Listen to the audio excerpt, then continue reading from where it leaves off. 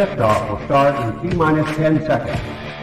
10, 9, 8, 7, 6, 5, 4, 3, 2, 1. We have ignition. It's time! 17 seconds from Game 7 or from championship number 6.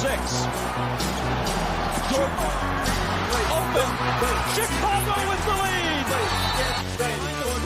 I've got a piece of it. It comes off. The Chicago Bulls have won their 6th NBA championship. Tying run at second, 2 out. Palmero over the head of Jenks. Uribe charges, throws, out!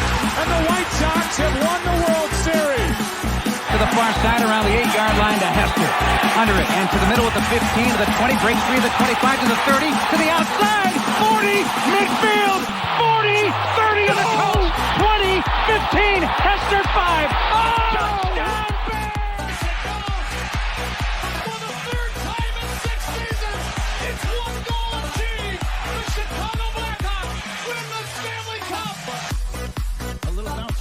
Toward Bryant. He will glove it in front of Rizzo. It's in time. And the Chicago Cubs win the World Series.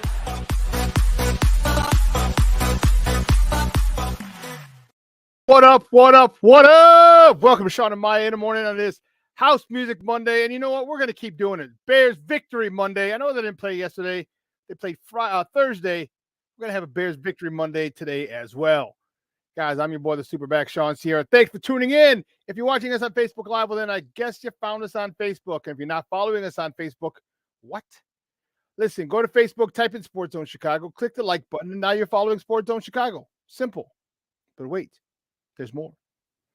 Go to the show's page. Go to Shawn and Maya in the morning. Like that page as well. So not only will you be liking Sports Zone Chicago, but you'll also be liking Shawn and Maya as well. If you're watching us, excellent!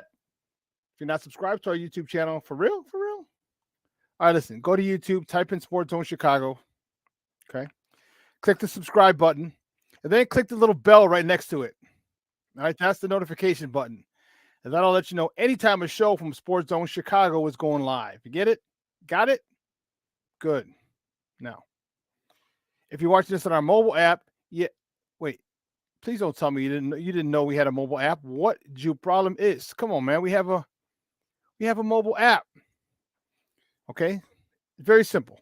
So wherever you get your apps from, it doesn't matter whether it's iTunes, Google Play, Amazon, Walmart, Kmart, 7-Eleven, Zayre, Zemsky, Macy, Montgomery Ward, Woolworth, Venture, wherever you get them from. You go there, you type in Sports Zone Chicago, you download it, you take us with you on the go. So not only do you get Shawn and Maya in the morning 3 days a week, not only do you get our other live shows throughout the week, not only are they archived there like they are on Facebook and YouTube, but I'll tell you what, we give you a slew. And I mean a slew of articles thanks to my man Clarence Counsell III. Big up to Clarence for keeping you abreast of all articles, Chicago sports. Now, if you're watching this on a Roku channel, I like that kind of party, baby, because Sports Zone Chicago, we have our own Roku channel. Shut it. Yes, we have our own Roku channel. Okay, so do us a favor. If you have a Roku television in the house, download Sports Zone Chicago's tile to that television. All right, put it right next to Netflix, Hulu, Apple TV or Apple Plus, Prime Video, Max, Disney Plus, Paramount Plus, Stars, Showtime, wherever. All right, wherever. Okay, but if you have more than one Roku television in the house, do us a favor, download it to both of them. That would be greatly, greatly appreciated. Now, you can also tweet the show. You can tweet us at Sports Zone Shy. That's CHI at Sports Zone Shy. Now, if you want to follow me, just me, personally online, you want to know what I did? Well, let me tell you what I did. You want to know what I did? Well, here's what I did. I made it nice and easy for you folks. Nice and easy. One handle. Facebook, Twitter, Instagram, Snapchat, and TikTok. All one handle at the Shawn Sierra. If you want to follow my lovely co-host, Maya Kai, you can follow her on Facebook and Twitter at the Sports Chica. If you want to follow her on Instagram because you're an IGer and you do it just for the gram, we'll just follow her at Maya_Kai. It's MAYA_AKAI. Right. Listen, we have an awesome show, but we need you to get interactive with it today. So listen, whatever platform you watch can sound, whether it's Facebook, whether it's YouTube, whether it's our mobile app. Leave a question or comment on that platform. It'll come up here in the thread. And what I'll do is I'll put it up on the screen.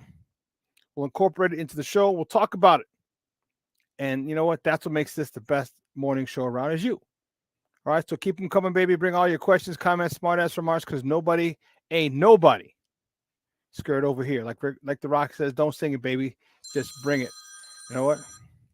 Who's calling me? Who the heck is this calling me at 9:06 in the morning and crack of dawn and now I'm yawning.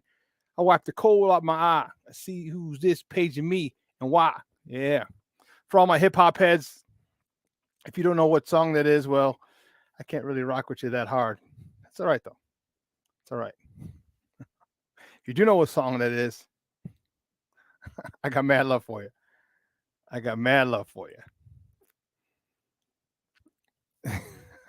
So you know what we're gonna do? We're gonna check the thread already because it's jumping already. My goodness. Cornelius Squalls, what up? There he is. He's in the Mickey Ficky house. Our girl Lavette Lee is in the Mickey Ficky house. She's in here early this morning. I like it a lot. Yeah, that's what I'm talking about. Man. Oh, yeah. Good morning, Shawn Walls. He's in the Mickey Ficky house on a House Music Monday, baby.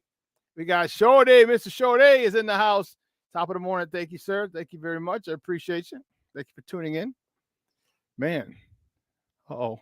Here he is, my man, Armando Emeterio Lara Jr. My man Junior's in the house. What up, dog? What's up, Papa? That's what I'm talking about.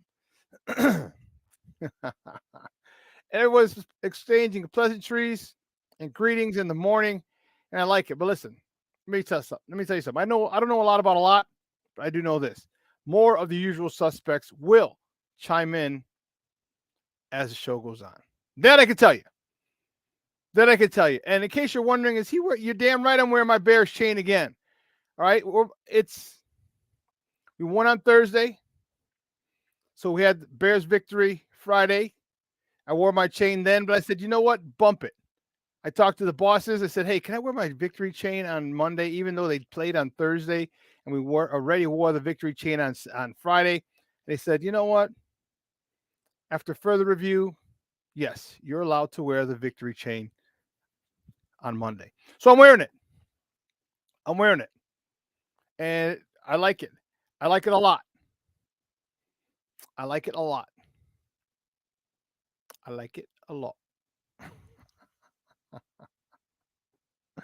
Man, we have a great show. I told you, we're going to talk.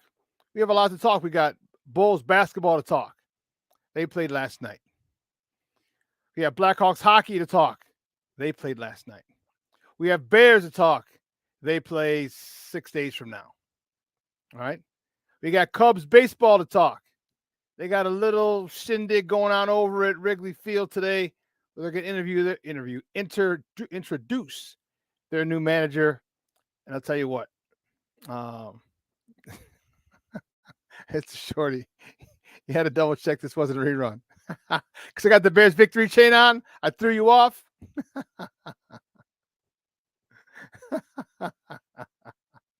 That's funny. Shorty. The Cubs have a little introduction to make today at Wrigley Field. That's going to start at 10 o'clock. We'll probably get into it a little bit. We might be able to bring you some live coverage of that. We're going to see how it plays out. But we have a lot to talk about, my peoples. All the peoples. I love it. You know, it's really days like this are days that I like. All right, when there's tons of sports to talk, tons of angles, tons of storylines, and man, it is going to be a one heck of a show. So as our old Uncle Hawk Harrelson used to say, sit back, relax, and strap it down. You're about to get into it. You're about to get nasty with this funky beat. Hey, listen, guys, I hope your weekend was good. Shorty, Cornelius, Junior, Levette, Michonne, Cornelius, I hope you guys had a good weekend. It was a beautiful weekend here in Chicago. It was a beautiful, beautiful weekend. What are you doing? See, they'd be sending me stuff here. Yeah, I was hoping. Well, it's gonna. You know what? Here's the thing. It's gonna be even nicer this weekend coming up. So I hope you guys are ready for 50 and 60 degree weather this weekend. Actually, supposed to get. Let me double check. If not tomorrow. Shit, today 61. Okay, never mind. 61 today, 60 on Tuesday, 62 on Wednesday, 64 on Thursday, 56 on Friday with a chance of rain. Saturday 50, Sunday 50, Monday 50. Man, so we got 60s all week starting today. Oh, you got jokes, huh? Really? Really? Smart ass. I smoked ribs for 8 hours yesterday. Oh, hell yeah. That's a damn. Woo. Did you have them for dinner or for lunch? Did you start them early in the morning before everyone was awake? Or did you start them early in the morning and have them for dinner, those ribs? Because whenever you had them, I can guarantee you, those things fell right off the bone. Whew. Those bad boys fell. I bet they just came right off the bone. You were probably able to pull the bone out of the ribs nice and clean. Whoo, shorty, that's what I'm talking about. Oh, started at 11 a.m., had them for dinner. Whoo, Charlie. Yeah. Yes, sirree. Right off the bone. That's what I'm talking about. So I didn't smoke any ribs yesterday, but I did run a La Garra real quick. All right. For those of you who don't know what La Garra is, it's the flea market. All right. And there's one in Ashland, 41st and Ashland. Now, if you're in Chicago, you know what I'm talking about. You most likely have been there. Okay. They have one on 41st and Ashland. They also had one on Division in Costner, down in K-Town, up on the north side. That one burned like 10 years ago. It burned down. It's 2 levels. It burned down and they rebuilt it, so it's much better now. So they have that one, but they also have one in Allsip on 127th in Costner as well. Go figure. Division in Costner, 127th in Costner. But it's the best thing for me. It's the best. I love it. I love it. I love it. I love it. And so I was there yesterday, but across the street from the place on Ashland, there's a place called Kiki D's. Now, if you're familiar with Chicago, right there on Ashland and 43rd is the entrance to the stockyards, the old historic stockyards. So that whole area was all stockyards. Tons of meat packing places. Not so many anymore as they did prior, but there's still some. There's a place literally across the street from Kiki D's. And they have ribs. They sell you a slab of ribs, a full slab of ribs, $5.99. Cooked. Not raw, cooked. Cooked ribs, a full slab of ribs for $5.99. All right, $5.99. Come on, man. Come on, man. And these things are delicious. And so I bought 2 because I went early in the morning. I got 2, and because we were gonna have them for dinner. We had them for dinner last night. Man, no, Saturday. Was it Saturday? I don't even remember. I think it was Saturday. Yeah, or was it yesterday? No, it was yesterday. It was yesterday. Yep. And man, it was. My slab was 20 each before 8 hours of smoking. Oh, you gotta know the hacks, man. And they are good. They that's where I go. It's phenomenal. Phenomenal. You got it. When you know your city, you know the places to go, man, there's nothing better than living in Chicago. Because once you know where all the places are at to go, you can eat pretty well. Yes. Just joop. Yes. You can pull them out and have like a rib sandwich. That's only if you're fresh, if you get them. But once I brought them home, and then they're in the fridge, they had to microwave them again. They weren't able to pull off the bone.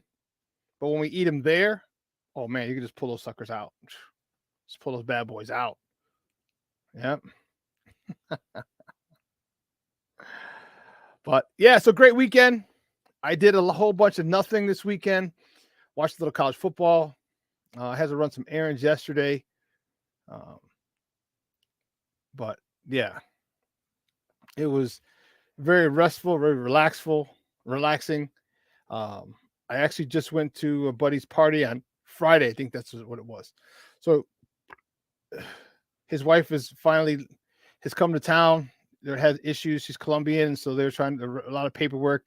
It's taken 5 years for her to get here. So big shout out to my guy Cesar Mariano. I'm very happy for you. The missus is here, and I'm so happy that you're happy. That's my guy. That's my guy. And to see him happy if you're true friends, you always want your friends to be happy. Real quick story how I met Caesar. All right, he's a Brother Rice person. He went to a rival high school, Brother Rice. Well, actually, it wasn't even a rival back then because I think he might have been the first class of boys that they led to that all-girls school in Brother Rice. I'm kidding. I'm kidding. But I was coaching at Little Village, and we had just opened. We were starting the football program, and he wanted to come and volunteer. And so the head coach was in class. I was free, and so when they called back to the PE office, I said, the head coach is in class. I said, but class should be over in like 15 minutes. I said, I'll walk up there and get him and bring him back. Chris McClatchy was the head coach. Shout out to Chris. He's on Indy. We talk every once in a while on Facebook. So we're walking back, and it was funny because I could tell he was from the hood, but I could also tell there was a little like Catholic League. I don't want to say arrogance, but arrogance about him. I'm like, all right, let me find it. So we're walking. I just met the dude 20 seconds ago. I'm like, hey, where'd you go to school? And he said, Lewis University. I'm like, no. Where did you go to high school? He said, I went to Brother Rice.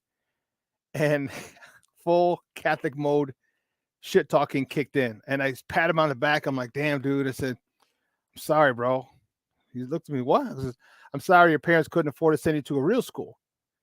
He looked at me, and the Little Village in him came out like, what? Where the hell did you go? I said, I went to St. Rita. Oh, F St. Rita. And we've been best friends ever since. That was what, 2006, 2005, 2006, somewhere in there. And we've been good friends ever since. So very happy for my guy Caesar. So I went and they had a little get together at my buddy Andy's place, local cantina on 95th in Oak Lawn. Great spot. Check it out.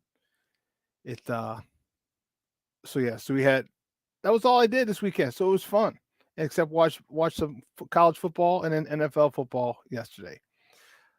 But guys, let's get to it. You know how we do. The first segment of every show is called Top of the Morning. It won't come just when you want it.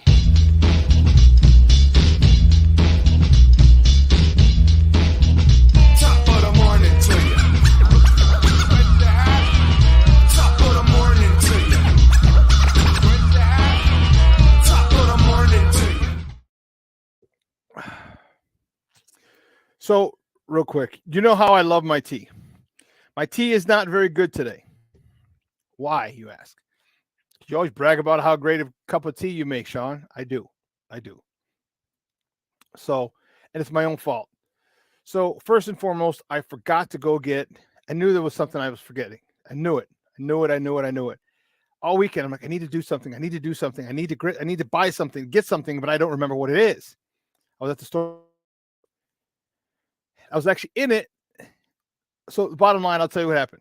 Bottom line is I need honey for my tea. I forgot to get the honey. I was in Meyer, which is not too far from here. And so I usually get mine from Costco. So I'm in Meyer and they had a little small thing of honey. I'm like, yeah, but it was expensive. It was like $7. $7 for a little thing like this. It was like, no, I'll go to Costco, get the 3 big the three big. It's in the shape of a bear. All right. There's three. It comes in a 3-pack for like $15. I'm like, I'm not going to pay $7 for a little thing like this. Where I can go get 3 of these things for $15. Doesn't make sense. But I should have grabbed it and I forgot. Forgot to go to Costco again. And so this morning I'm making my tea and I'm like, oh shit, we don't have honey. I was like, oh, we have some packets from from KFC. We had them in the fridge until 2 weeks ago. I cleaned out the fridge and I said, Mom, stop saving all these little things.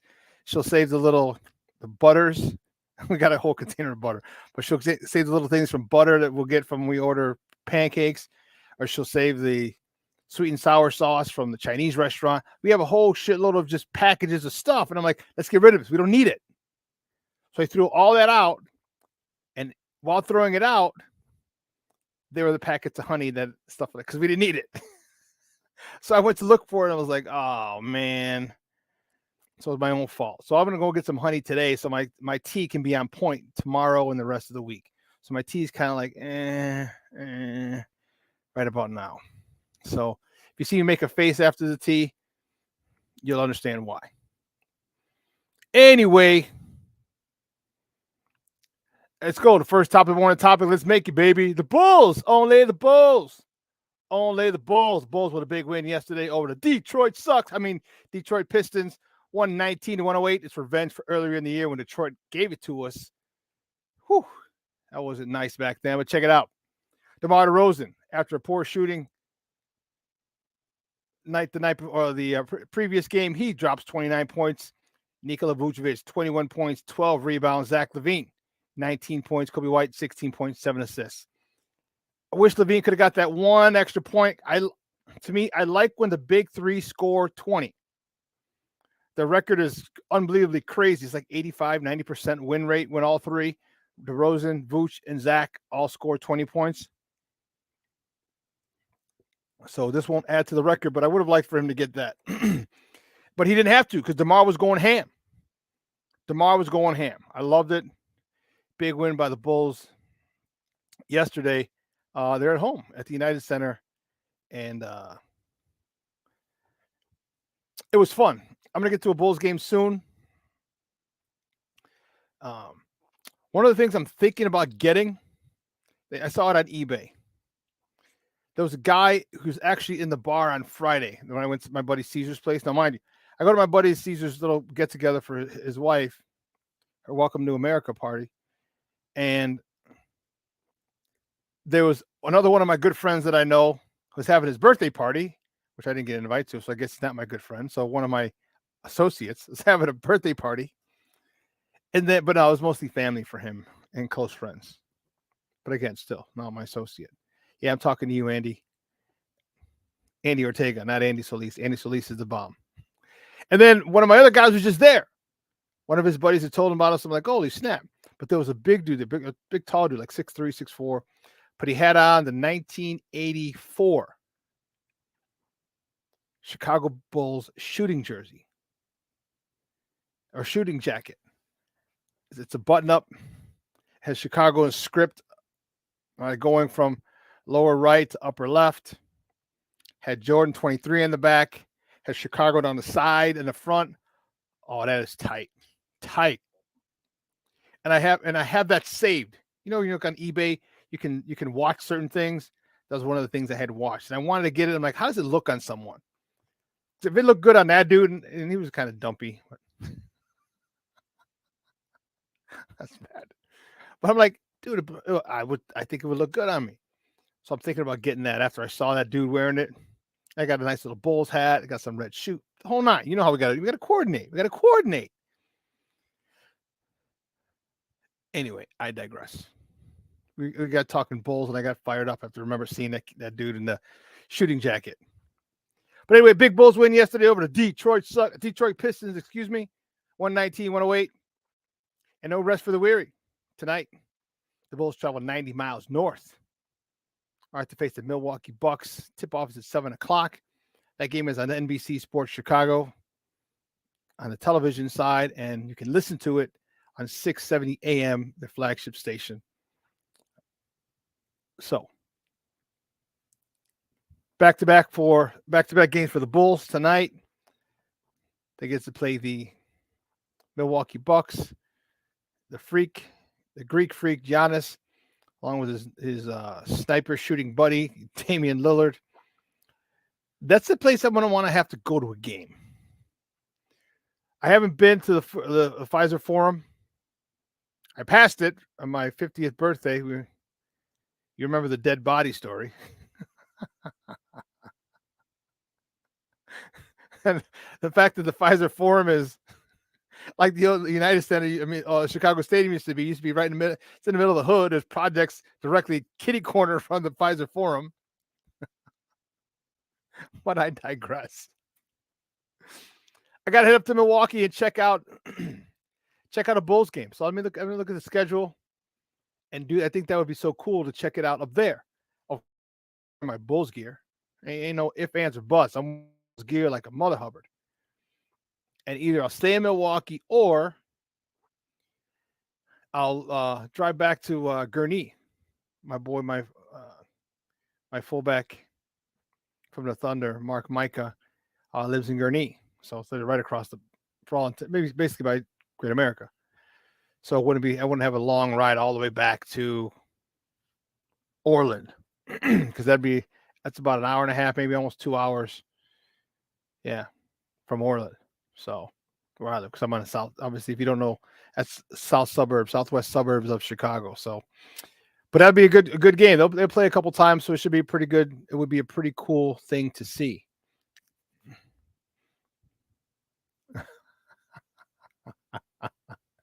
You got jokes, Shorty. Can the Bulls steal the Bucks coach now? Since we're raiding Milwaukee, is that what you're saying?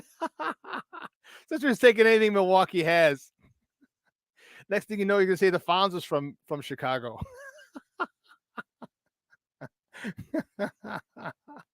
My man, be nice, Brendan from the left coast. Good morning, Papa. How are you? 7:30 in the morning out that way.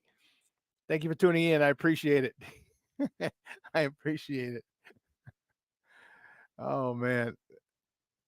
Let's see. Cornelius says, I wish they would steal them because Billy is terrible. Yeah.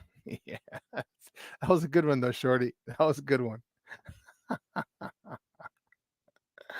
Oh, man. What do we got here? What's next? That's a good one. Next top of the morning topic, the Blackhawks, baby. The Blackhawks fall to the Florida Panthers yesterday in Florida. Tough one, 4-3. Let me tell you something. This kid is the real deal. This kid ain't no Mickey Vicky joke. All right, the goaltender, Soderblom stopped 28 of 32 shots yesterday. Connor Bedard had not one but 2 goals, his 8th and 9th of the season.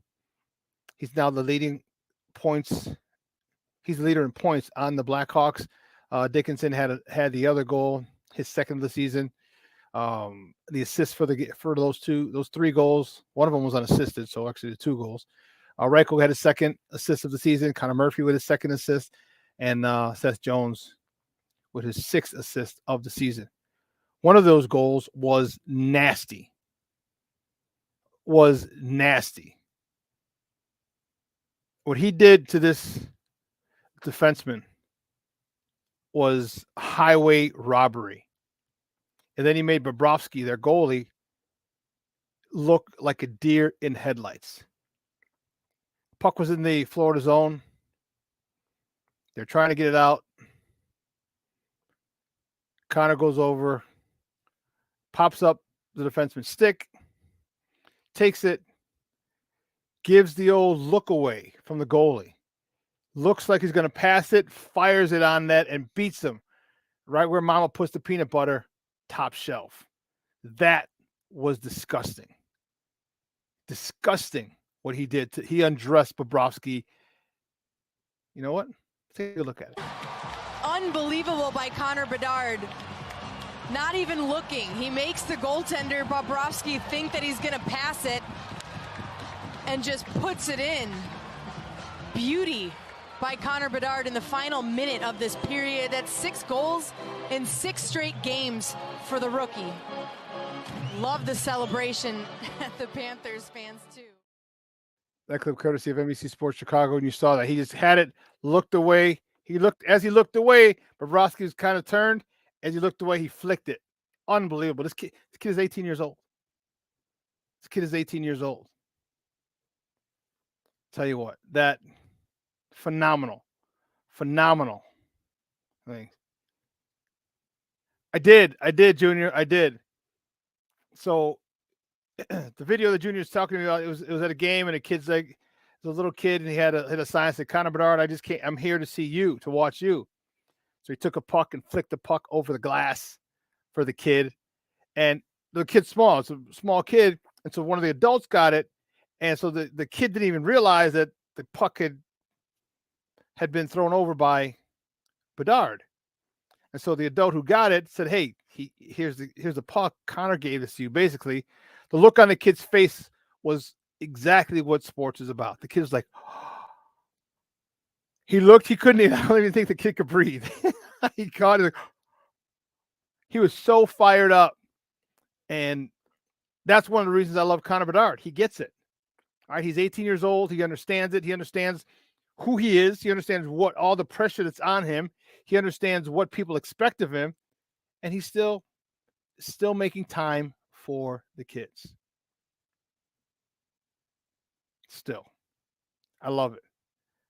And let's get this one in before we go. Last top of the morning topic today. The Cubs will introduce their new manager, Craig Counsell. And this is, he's a guy that they stole from. And actually, they didn't steal him. So stop it. Stop it. They didn't steal him from Milwaukee. All right. He resigned. The Cubs swooped in. Okay, this guy's a lot of hype for him because he is the highest paid manager in the history of Major League Baseball. Was it 5 for 40 plus, give or take? 5 years, $40 million, $8 million a year for this guy. He doesn't have a World Series championship to show for it. So there's a lot of people who are questioning why they made him the highest paid manager in the history of Major League Baseball. There's a lot of arguments for that. A lot. We'll talk about them today. So we'll probably, if we're figuring some things out, I'm waiting for Erik to get back to me. Because if Erik doesn't come on because he's said he might have a conflict, then we'll go right to the Cubs press conference at 10 o'clock. Okay. If not, we'll talk Bears at 10 with Erik, 10 to 10:30, and then catch the rest of the remainder of the press conference with Craig Counsell. So Cub fans, get excited. You should be excited. You got one hell of a manager. As you well know, he's whooped your ass the last couple of years. And now, so you guys are like KD. You couldn't beat him, so now you went and had him signed. You signed him with him. You signed him so you can beat the Bucks or the Brewers. I'm kidding. I'm always going to take shots at my Cub fan friends. But anyway, that's it. That's how it finishes up. That's today's top of the morning topics. But listen, we're going to take a quick break, and on the other side of the break, we're going to talk a little Bulls basketball. So don't go anywhere, folks. Keep it locked right here. Shawn and Maya in the morning on Sports Zone Chicago. Hey, it's your boy, the SuperBack, Shawn Sierra, and be sure to follow Sports Zone Chicago on all social media platforms, on Facebook, Instagram, and our Roku channel. You can find us at Sports Zone Chicago, and on Twitter, we are at Sports Zone Shy. Also, be sure to download our mobile app so you can take Sports Zone Chicago with you on the go. Time out. How are you feeling right now? Happy? Excited? Angry? Overwhelmed? One of the best things you can do for your mind health is to name what you're feeling. It can sharpen your awareness and help you talk about your feelings with someone you trust. Here are 3 questions to ask yourself. Where are your thoughts right now? In the past, the present, the future? Do you notice any sensations in your body? Is your heart beating fast? Is there a flutter in your stomach? Or are you fully relaxed? What do you need right now? Time with others? Time to yourself? Remember, there's power in this awareness. So find ways to identify what you're feeling today.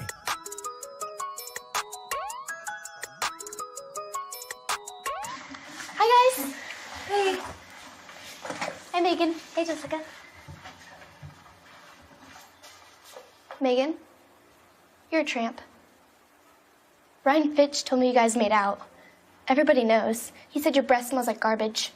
And he almost puked. He says you're the most desperate girl he knows, besides your mom. How many boyfriends does she have anyway? Lots? Your makeup makes you look like a clown. That zit is huge, zit face. Ugly.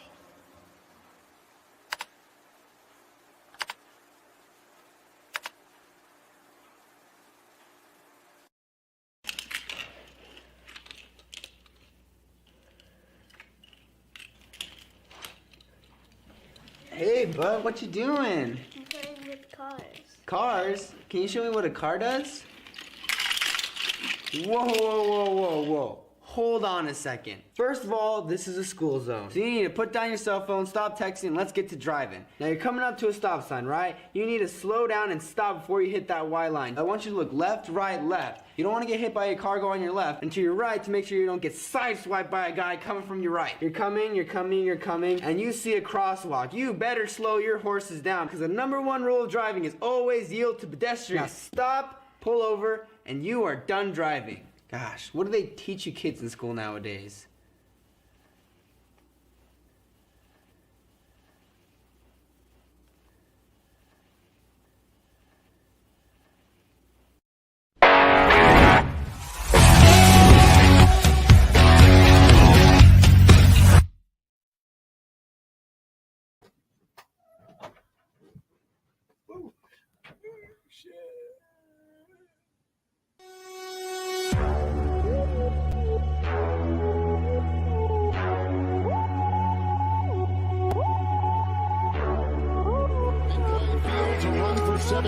Back he goes. Here comes Chubb. There goes the ball. Touchdown!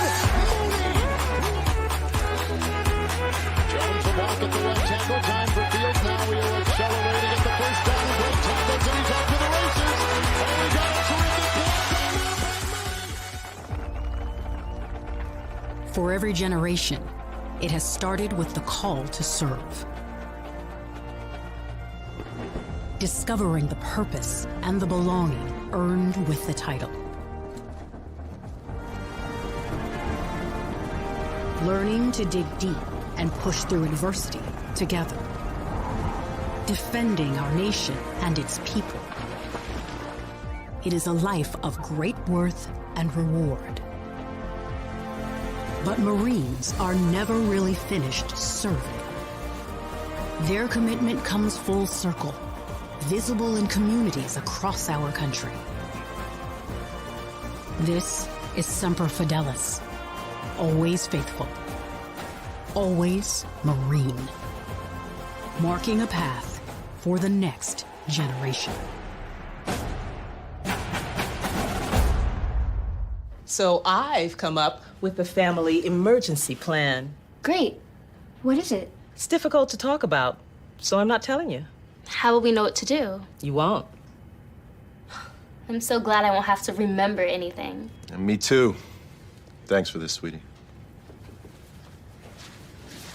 Bulls have no points off those turnovers. DeMar DeRozan, nice move to the reverse leg. They're a much better open court team than a half-court team right now. Kobe White, bang, bang, bang. down. Got to know where he's on the floor. Iowa stop to go, lays it in. Good patience by the Super. Yeah, he can run faster. Nice little pocket pass to Vooch out to Kobe White. He attacks the bucket. DeMar for three. Good. DeMar DeRozan got to go. He is a big and strong kid. Zach quick. Between two defenders. Of all the injuries the Pistons had, they went ahead and signed it. Good feed. Drop. Nice. Andre Drummond, the jump play. them completely out of the game. Final minute, Bulls up by 8. Vooch on the baseline. Whoa, how about that one? Yeah, I'm not calling him the dream. I'm calling him the nightmare. Welcome back to Shawn and Maya in the morning in Sports Zone Chicago. Sorry, I had a little thing. I had to get Mom's to CrossFit. Her ride was here, and she woke up a little late, so she's heading up to CrossFit. I was like, I said, your ride's coming. Your ride's coming. I go pick her up, but we get her ride there because obviously I'm doing this on her day on the days of CrossFit. So she's all fired up. And you know what? I'll make sure you tune in today. I'm gonna take a picture of her later. She's wearing a house music t-shirt just like her boy. Yes, I love it. I love it. Even Mom knows it's House Music Monday, and that's what I'm talking about. Oh my goodness. Well, listen, the Bulls with a big win yesterday. All right, the Bulls with a big win yesterday over the Detroit Pistons, excuse me. Sorry. 119-108.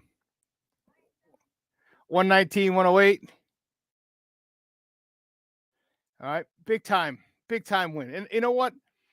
They look good. They look good. Listen, when I say that, please don't come at me because I've said it before, like on Twitter, and people come at me. Well, the Bulls are there, blah, blah, blah, blah, and they're still the same team, and they're not going to be. I get it. I'm not anticipating them winning the NBA title. Okay, I'm not. But what I am, I'm anticipating them being contenders for the division. I don't think they'll get it. I think Milwaukee's too tough. But I think this team is very competitive. I just think this team is very when everyone's healthy, it's a different ball game. And everyone's not going to be healthy this season because Lonzo Ball is going to be out the whole season, I presume. But when you got Vooch going, 21-12, DeMar going, 29 points, Levine going, 19 points. Then you had Kobe White contributing 16.7 assists. Come on, man. That's a good recipe. That's a real good recipe. Okay? Again, I don't think they're top of the East material,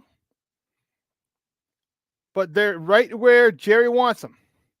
In the middle of the pack, poised to make the playoffs, not poised to get a draft pick to make a difference. This is the same team for all intents and purposes as it was last year. Okay, you added Javon Carter. You've added Torrey Craig. I mean, pretty much those are the only two. And they bring something to the table. But it doesn't move the needle for me as much as it should. And maybe I'm being a little too pessimistic. Maybe I'm being a typical Chicago fan. But I wanted a bigger splash. I wanted rim protector. And I know DeMar had 4 blocks yesterday. So is he the new rim protector? I highly doubt it. I'm being facetious, of course. But we don't have any rim protection. All right, we don't. And that is one thing we're going to need.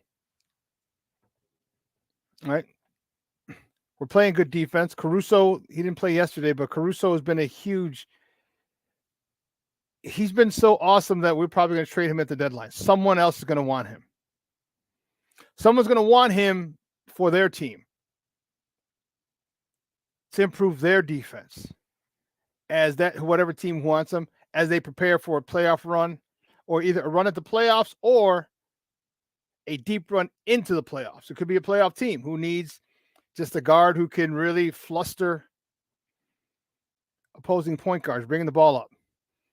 A guy, when you're in your half-court set, defensive set, can overplay the passing lanes, has quick hands, great anticipation. Because as you well know, the playoffs, it's a different animal. It's a best of 7 or best of 5 first, I think, and then a best of 7. And it's the same opponent. So now it's very small tweaks, very small adjustments that need to be made because you're playing the same dudes at least 4 times in a row.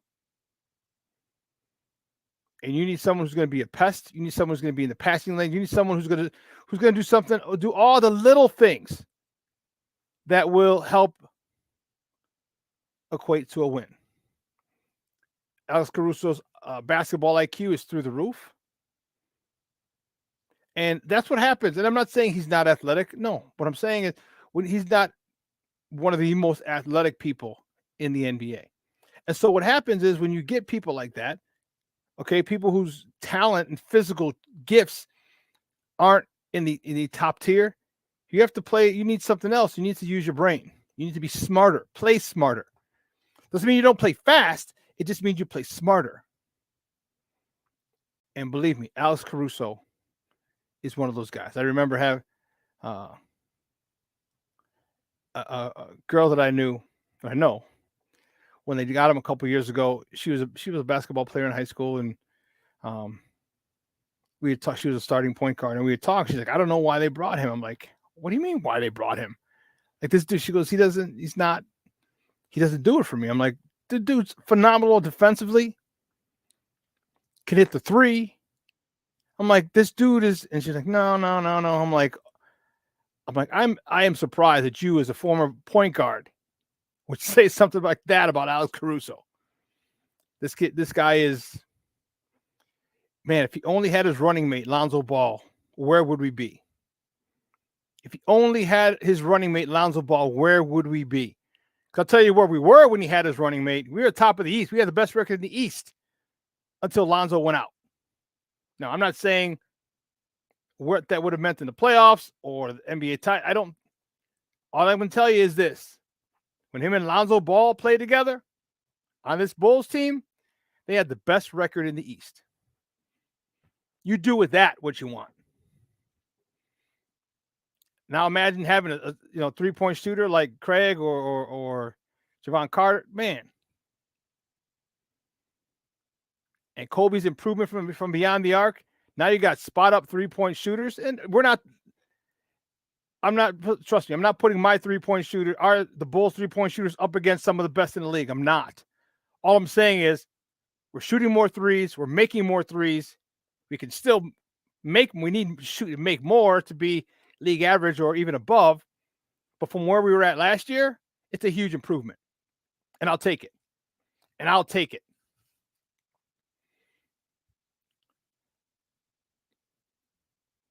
It's going up against the Milwaukee Bucks tonight. I'm anxious to see how Dollar Dame, how they do it. How do they handle him? All right, because truth be told, they're really trying to figure it out. Dame and the Freak are trying to figure it out. The Freak never had a 3-point shooter like this. And Dame never had a big dude like the Freak. So they're figuring it out. And Lord help the NBA when they do. Because the crazy part is you can pick and roll, pick and pop with just those two. And what are you going to do? I mean, are you going to come over the screen if Dame is dribbling? If the Freak is setting the screen, Dame comes off the screen. Do you go over the screen? You go under the screen? You can't go over the screen, because if you go over the screen, Dame's just going to step back and pop it in your eye. So you're going to have to go under the screen. And if you don't get under the screen quick enough, Dame's gone to the hole.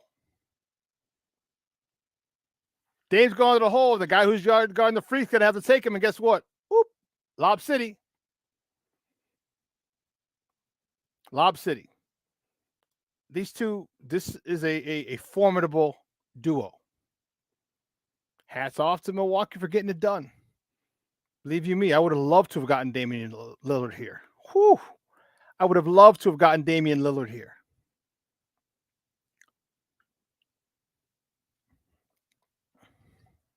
Milwaukee pulled the trigger and got it. Now they're a tough out.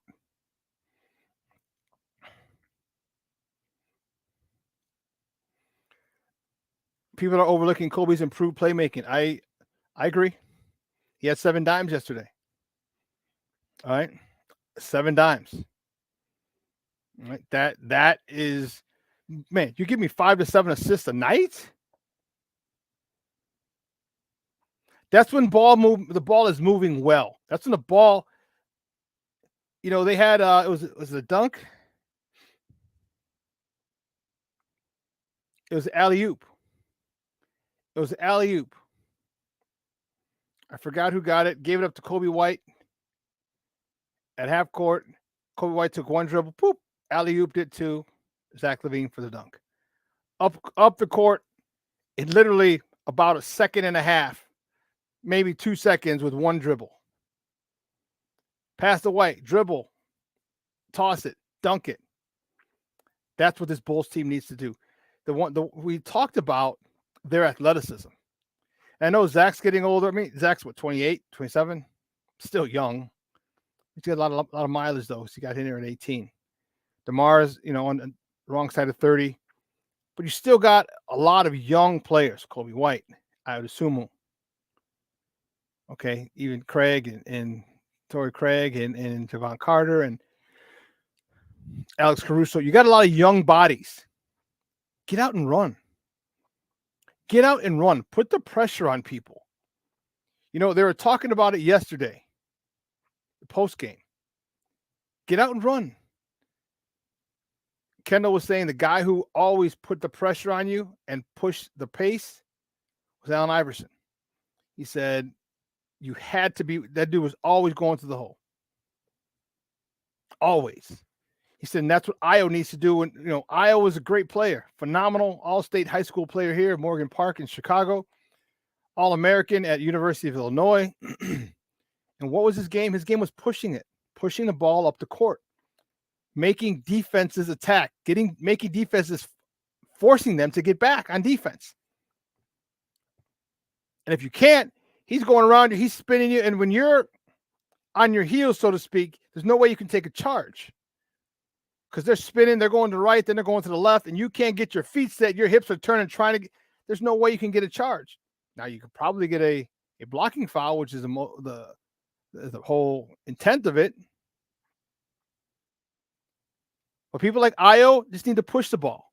Even Kobe, push the ball. When you get that rebound, push it until you realize you're outnumbered, until you don't have numbers. Then you pull it out. Pause. And then you pull it out and you run your offense. But you push it, all right? Because if the opposing team is slacking, getting back on defense, then you take it to the hole, which is why you're aggressive. And this is what you need to do, especially with these young legs that they have. These young, energetic legs. You know the old saying, youth is wasted on the young. Push it. Do you realize how many I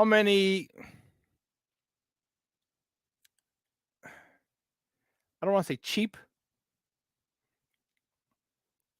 but how many gimmies? Or you could say how many cheap baskets you can get just by pushing the ball up and down the court. If you get 2 to 5 baskets, that's up to 10 points. Cheap, easy baskets because they're not back. They're trotting back, and you're pushing up the court. You might not even score. You have another guy scoring who's up there or who's, you get the ball to the middle, to the wing, pass it to the middle, and there's a guy already down there. Oop it, pass it to him for a layup, whatever. But anywhere between 2 and 10 points, you realize how big of a difference that makes in a game? All because you push the issue. You press the issue. You push the ball up. And those youngsters need to keep doing that. Looks like Patrick Williams is starting to play a little better now because all of a sudden he doesn't like the fact that he's coming off the bench. Well, if you don't like the fact, do something. You don't like it, do something about it. Do something about it. And he has. So good for him. Good for him because Patrick's a talent. And we've got to get that. What do you have? Oh, yeah. On bad. I say that he has 4 points yesterday, 4 free throws. 0 for 2 from the field, 4 for 6 from the line. As I say that. Well, there goes my theory. But recently, Patrick Williams, once he got benched, he has a little bit of an attitude. You know what? Good. Good. You should have had this attitude and this desire from jump. That's what he should have had it from jump.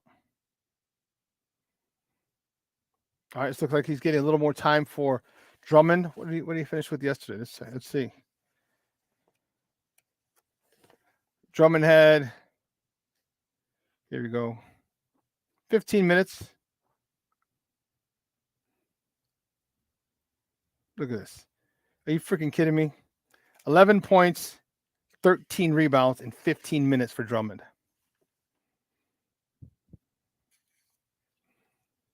You know?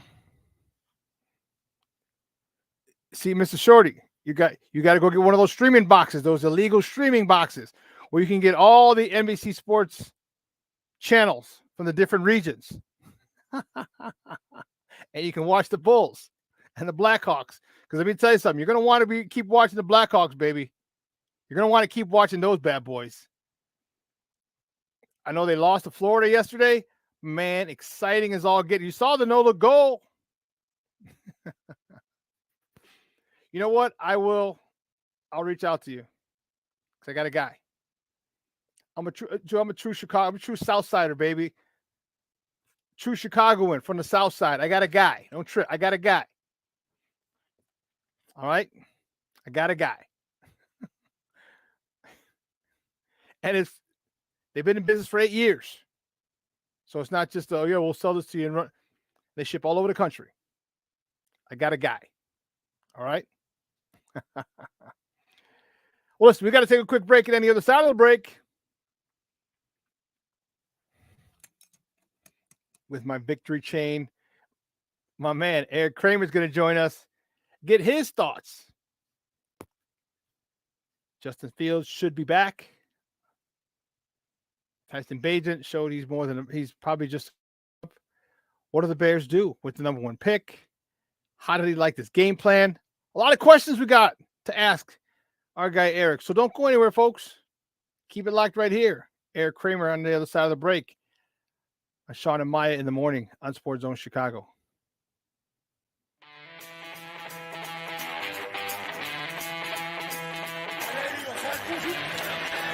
Off the fake. Fields against the grain. Finds Jesse James. Field. With time. Delivers down the field. And Cowboys. Still running.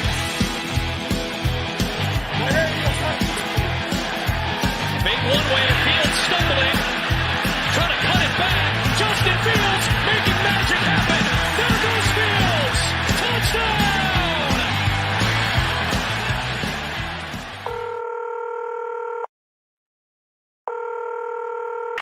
911, operator 901. Where's the emergency?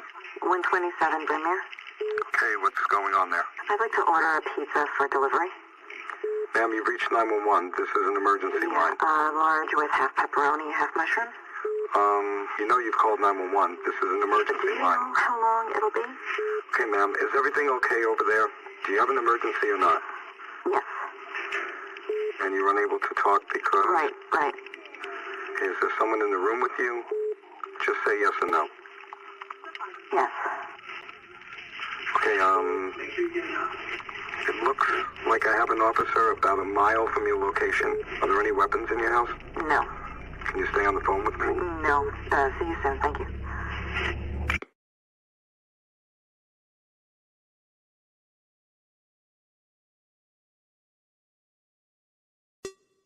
Hey, it's your boy, the SuperBack, Shawn Sierra, and be sure to follow Sports Zone Chicago on all social media platforms, on Facebook, Instagram, and our Roku channel. You can find us at Sports Zone Chicago, and on Twitter, we are at Sports Zone Shy. Also, be sure to download our mobile app so you can take Sports Zone Chicago with you on the go. When I'm flying, I put my helmet on, my visor down, my mask up. You don't know who I am, but I'm African American, Asian American, Hispanic, white, male or female. You just know I'm an American airman kicking your butt.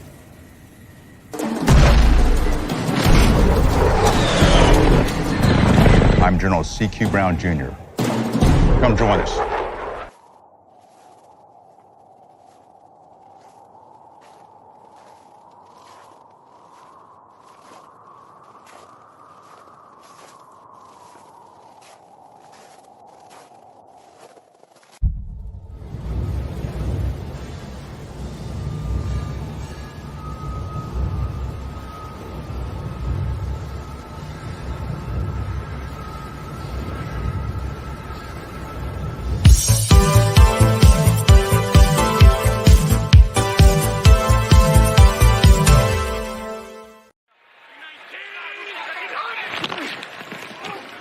Inside handoff. 4-yard gain here for Foreman. 5 years at Shepherd University in West Virginia. Born and raised in West Virginia. Play action here. Nice move and a 10-yard pickup by DJ Moore. Back to the ground. Nice cutback move. And up to the 43-yard line goes Deontay Foreman. 2nd down and 5. Play action. Ton of time. Flips it out here. Caught. 1st down. And into Carolina territory goes Foreman. Welcome back to Shawn and Maya in the morning on Sports Zone Chicago. As you see the video courtesy of Prime Video. Oh, man. It's time. I'm excited. There's a lot I want to talk about. A lot of questions I have to ask him. Let's bring in our guy. It's Erik Kramer time.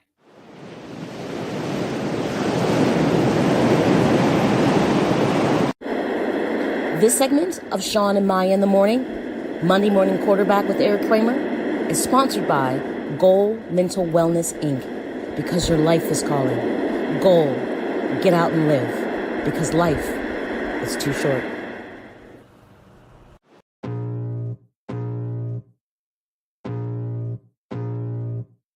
I can feel the blood creeping up from the heathens. Got will, got fight, got pride, got reason. If they wanna go eat, then you know I'm gonna feed them. If you're coming for me, hope you're ready for a demon. I got eyes in the back of my head, I'm seeing. Take me for granted and you know I'm leaving. I'ma take what's mine with the webs I'm weaving. I could take this crowd from seeing to believing. Got a taste for blood and my tongue keeps bleeding. From the words I spit, so sharp, so freezing, so cold.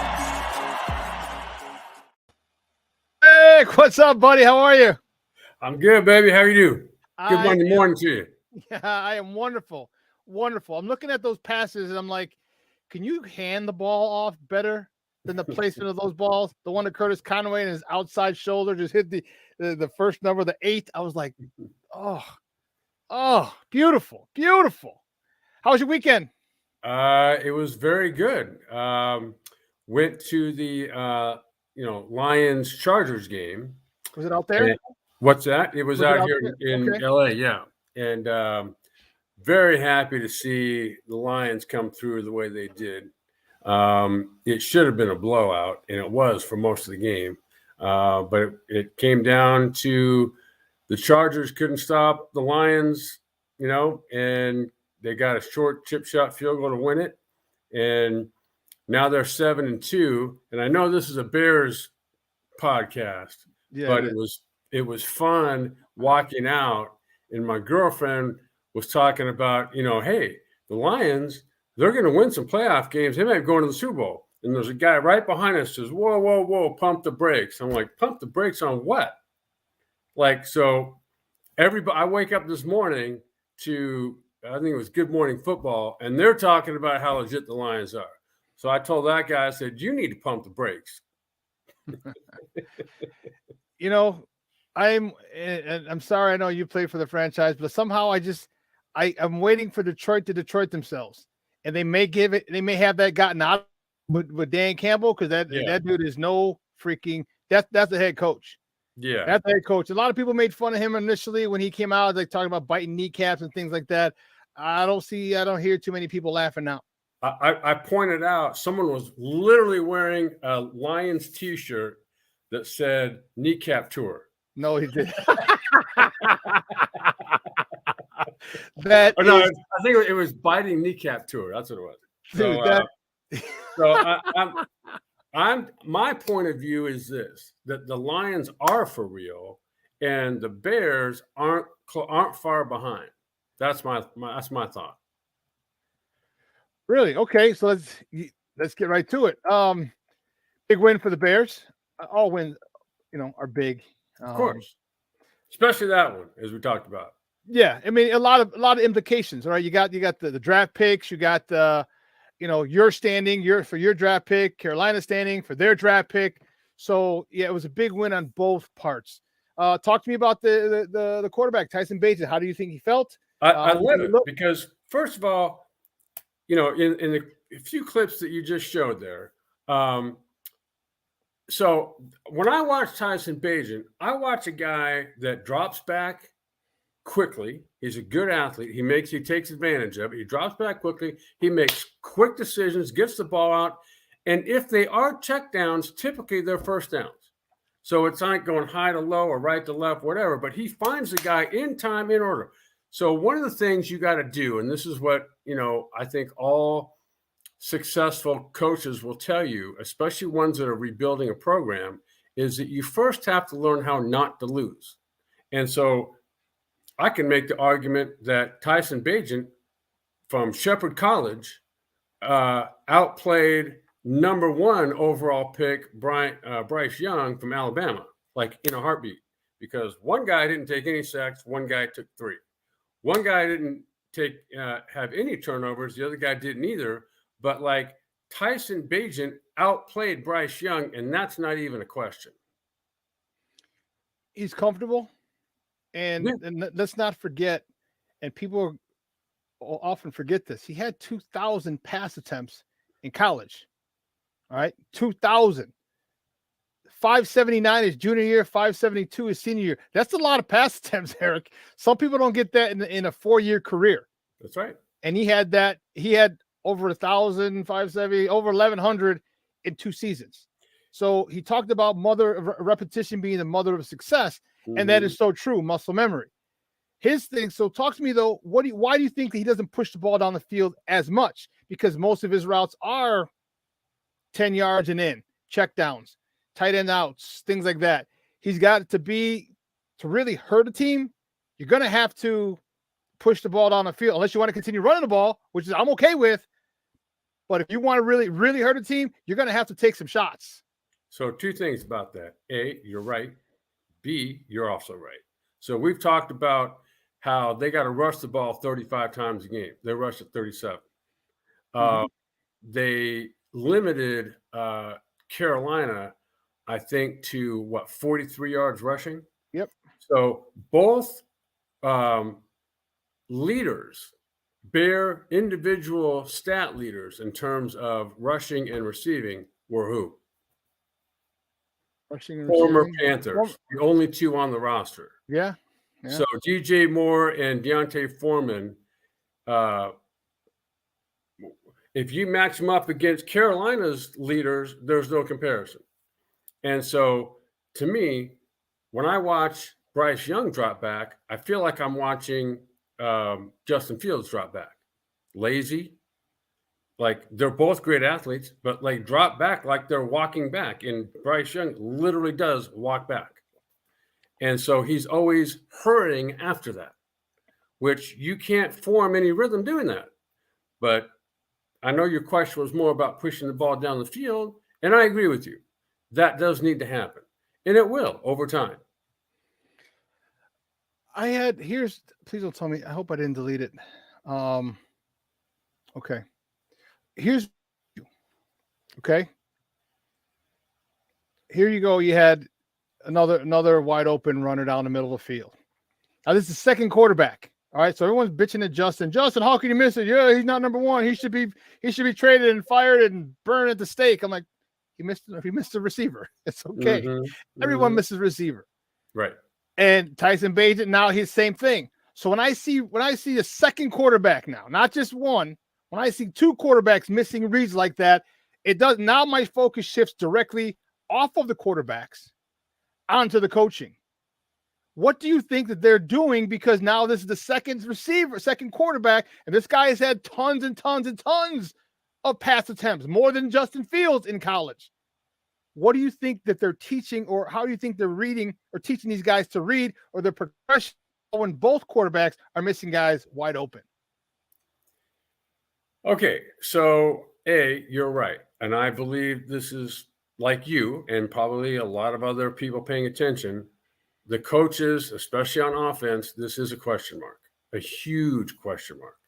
Why aren't they looking down the field first? Because you could clearly see Tyson Bagent was looking to his left when he's got someone running 5 yards behind the defense down the middle of the field. Got it. But I also have to say that Tyson Bagent was the guy that a couple of games ago threw 3 interceptions and had 1 fumble, and 3 of those turnovers happened in the fourth quarter. So he looked at it as though and said, I lost it. This is on me. I lost this game. I love his moxie, dude. God damn, I love his moxie. Thank you. Jesus Thank you. Christ. So I've not heard Justin Fields ever say that. So I think Tyson Bagent took it to heart and, again, wants to make good choices, first downs, check downs. And as he gets comfortable, he'll go back to start looking, down the field first. And I'm guaranteeing you more times than not, he does. You're right. He missed one. But guaranteed that will happen over time. Now we're comparing, if you want to compare 2 people, which you just did, meaning Justin Fields and Tyson Bagent, all of Tyson Bagent's snaps happened in college, not at Ohio State, and wasn't selected in the first round, and has 0 experience in the NFL coming into this year. So to me, it's not even close right today who's the better quarterback. And of those 2, it's not close as to who's the better quarterback between Tyson Bagent and Bryce Young. So I don't see Bryce Young's ceiling being so high. I really don't. I didn't see it in college. And I don't know. So I know we're I am at least getting off track here a little bit, but you're on your Tyson Bagent platform. Tyson Bagent, damn it. I got it. So I'll take that. But at the same time, I think you have to look things when you are hovering just above the bottom rung in the NFL. Like you're once again one of those bottom feeders. You do have to look for some bright spots, or at least I do.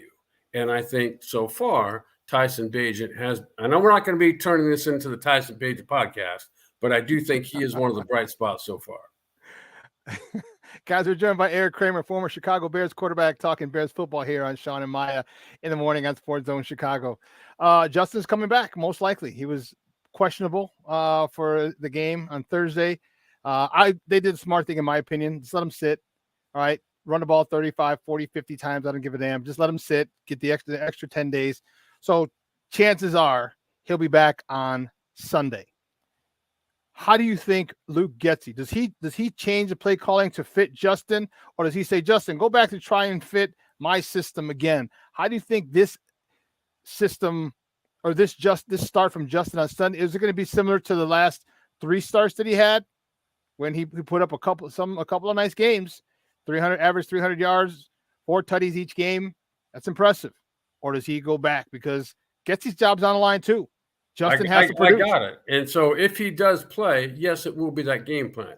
Remember, that same game plan also resulted in basically 0-0-0 across the board for stats for Justin Fields. So no touchdowns, barely 100 yards, or if that. In the last game, yeah. And so they're not going to change the game plan based on who the quarterback is. That's a fact. And so you got to execute what's called. And oftentimes Justin executes something that's not even called. So it's off the script. It's him scrambling around, avoiding pressure. That's when he makes his biggest plays. Does he make his biggest plays in the pocket? No. Does he make some errant throws from in the pocket? Yes. And can you still win with Justin? Yes, he's proven that. So it doesn't matter to me who starts, to be honest with you. But whoever is, you got to execute. And you got to throw the ball on time. And you got to make the right read. And you got to move defenders. And you got to do things that result in first downs. Because remember, Tyson Bagent here again was throwing about, over 60% clearly. No sacks, no turnovers. You don't often say that about Justin. You just don't. No, you don't. This defense has really, really stepped up. Running, they've gone from 31st to 32nd in the run defense to 3rd. Yep. They re-signed, or not re-signed. They traded for stud. I think he's a stud defensive end. Yep. Right, and Montez Sweat got the extension done. So he's the highest paid player, 4 years, 98 million, something like that. All right. He put it this way. He's not going to he's not getting food stamps anytime soon. Give me your thoughts on the trade. Give me your thoughts on what this guy can do for that defensive line. So, as I said when it happened, I love the trade. I think he brings, Montez does, I think he brings a motor and a desire and an effort that is infectious. He's had 2 games now, hasn't had a sack yet, I don't believe, correct? But he plays, he's good against the run. He's good. He's a good edge rusher. So he's going to be, like I said, you got to build pieces, and certainly he's one of them. And, I think defensively, as we've talked about now for the last several weeks, they are a legit defense, and they swarm to the ball. They knock back ball carriers. They separate people from the ball. Didn't have any turnovers this last game, but they play with an intensity level that I think we can all see is, it's up there.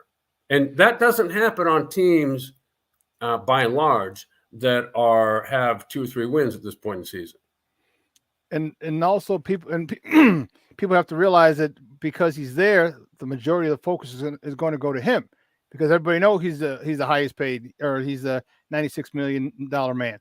So you're gonna the pressure, the focus from the offensive line coach, the offensive line, the offense in general is going to be on that dude, which opens up the door for other people. Well, guess what? There were 3 sacks Thursday. All right, none from him. A lot of it has to do with the fact that they have to pay a lot of extra attention to him. So part of his value could be opening the door and being a multiplier for giving other people opportunity. Ngakwe, finally, I thought he was on the back of a milk carton for God knows how long. Right. So now, is he opening the door for that?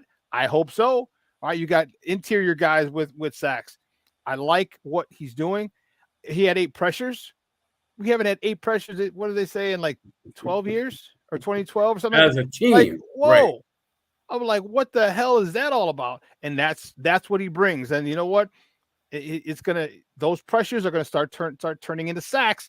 The more if he continues to do that, it's just a numbers game. He's gonna start getting some sacks, some half sacks. He's gonna cause a lot of pressure, and if nothing else, he's gonna get the quarterback to move off his spot. And once you move off your spot, that's where timing is disrupted. That's where the balls are deflected, where DBs can get in the throwing lane. Whole bunch of good stuff that I'm excited about, because I love the trade. I think it's phenomenal. I think you talked about he's one good piece, one big piece, and there's more pieces to fall. I want your hypothetical situation.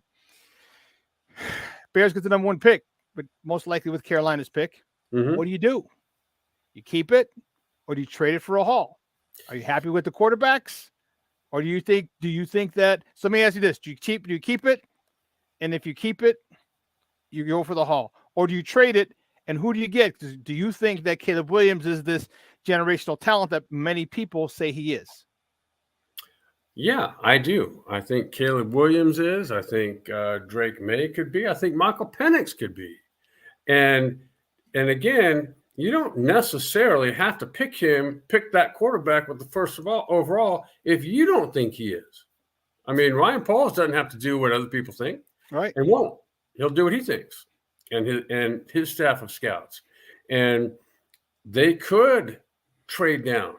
I don't know, but and I haven't paid attention. But Braxton Jones, since his return, how has he done? He's done, man. That's putting a big pressure because now you go. If you ask me to this as of today, right now, November 13th, 10:21 Central Time, I don't draft a kid from Penn State.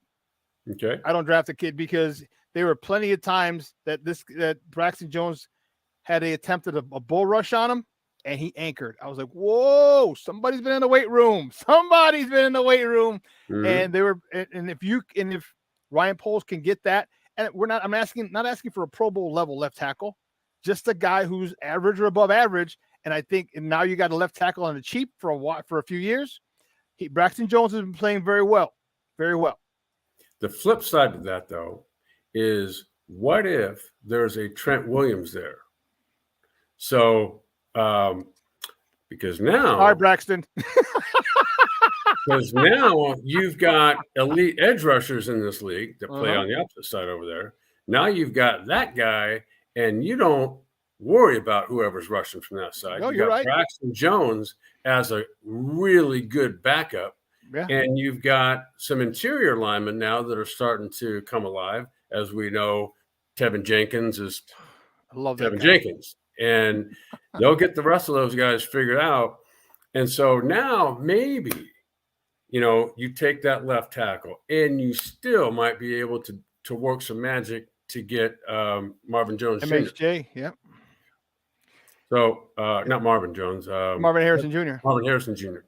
So, He's a freak of nature. Lord have mercy, that kid. Yeah. And so, obviously this defense is now that's where most of the draft picks have gone these last couple of years. And free agents have gone. Super. Now they're playing like it. And so you give this organization a year to match that on offense and free agency. And now we might be talking about something come next July and August. And my thing is, if this offensive line can stay healthy, it's a different story. That's the problem. We haven't been able to stay healthy because here's the thing. You stay healthy and you run the ball 30 plus times. Because if you run the ball 30 plus times, Justin's going to kill you because there's no way. And I'm not even talking Justin's rushing attempts, but if you run the ball 30 times, you're going to have to bring somebody in the box because that means and then you open up things in the second level and even deeper, depending on what covers 2 or 3. There's going to be holes. There's going to be, if someone spies Justin, there's got to be a hole somewhere. There's going to be a deficiency somewhere because one guy is taken out of that coverage to monitor Justin. That's where he can kill you. And I hope that Luke Getsy says, hey, we're running the ball like we did with Bajan 30 times. And Justin, you pick your spots. And these spots are going to be quality spots. And there's going to be a lot of yak with Tyler Scott, with DJ Moore, with Darnell Mooney, with Cole Kmet, who's having another phenomenal year. They're going to be there. We have to soften them up with a run. If he uses that game plan, it's going to be one hell of a fight, of a game against Detroit, because Detroit will punch you in the mouth too now. They're going to run the ball. Man, God bless that dude, man. He's a throwback. Dan Campbell is. Yeah, he's a throwback. I love him. I mean, David Montgomery ripped off a nice little run to start the second half. Yeah, I saw that. And so, I agree with you. I mean, that run the ball 30 times a game is a formula that's worked since gravity's been around. And so, there's no argument here. And you match that sort of offensive philosophy with a defense that can hold people like the Bears are now doing. That's a tough combination to run up against. I don't care who you are. So what do you do then? Erik Kramer just got you. The Bears pulled the Craig Counsell and David Ross, and you're the new GM. And you end up with the number 1 pick. Do you take the Caleb Williams, or do you take the picks? Take the haul that you're going to get for the number 1 pick and a player, because Ryan Poles already showed us his MO. Like, no, homie, we're getting 1 player involved in this trade as well, someone who we can plug in right now. What would you do? okay, here's my philosophy. I would take the quarterback, whoever I research that guy to be, and it doesn't have to be the number 1 overall pick. Okay, so you say with their 5th pick, or right now I think they're 3 and 5, but their second first round pick. Whoever you say that guy is going to be, it doesn't have to be a first round pick.